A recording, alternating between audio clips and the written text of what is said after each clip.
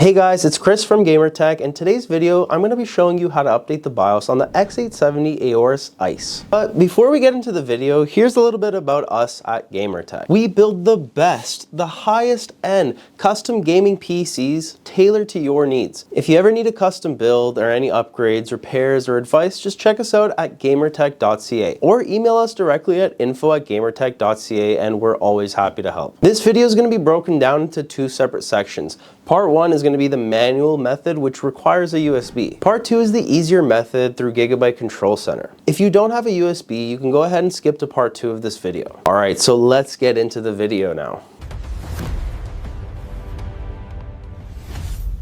First thing we want to do is identify which motherboard we have. Press the Windows key and type in system information. On that page, look for something called baseboard product. That's going to be your exact motherboard's make and model. The next thing we're going to want to do is go on Google and search for that exact motherboard. On their website, click the support tab and then click the BIOS section. Go ahead, find the latest BIOS and download it. If you see something like a beta BIOS, try to avoid it unless you absolutely need one of the features from it. Once it's downloaded, go ahead and right click and extract the folder. Next, we're going to need to prepare our USB. Make sure it's formatted to FAT32. If you don't know how to do that, I have tons of videos showing you how to convert it to FAT32, so make sure you watch one of those videos if you need help. Once your USB is formatted and ready, go ahead and drag the extracted BIOS folder into your USB. After that's done, go ahead and restart your computer. As your computer's turning back on, go ahead and spam the delete key on your keyboard until you get into the BIOS. Once you're in BIOS, look for the Q flash button and select it. Then you're going to want to locate the BIOS file you just downloaded and moved into your USB. Go ahead, find the file and select it. Click start to begin the update. A little important note is that it's very crucial that you don't turn off your PC during this process. Try avoid doing this during a thunderstorm or anything that can cause a power outage. So go grab a coffee, leave your PC alone. It'll take about 10 minutes or until the BIOS update is finished. It could take some time, so just be patient with it.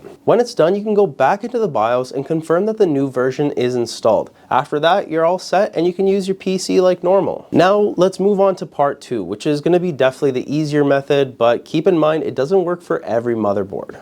Go on Google and search for Gigabyte Control Center. If you already have it installed, you can skip this part, just download and install the program and open it up. Once installed and open, you can now go to the update section. If there's any drivers that are out of date, I would highly recommend updating them before doing your BIOS. This just helps with PC stability and overall performance, so make sure you do your drivers. But also there's a lot of bloatware on this, like Norton and all that junk, so try to avoid any third-party softwares, just do your drivers. After updating drivers, go to the BIOS section. If your motherboard's supported, you will see the latest BIOS version available right there. If nothing appears, then maybe it's possible that your motherboard is just too old or it's just not supported by the app. Select the latest BIOS version and click install. It'll prompt you to restart your PC, so just click yes. This process will take about 5 to 10 minutes, so just leave your PC alone and do not shut it off. Your PC will restart automatically and go into BIOS to complete the update. Once everything's finished, you can go back into the BIOS and verify that the update was made successfully.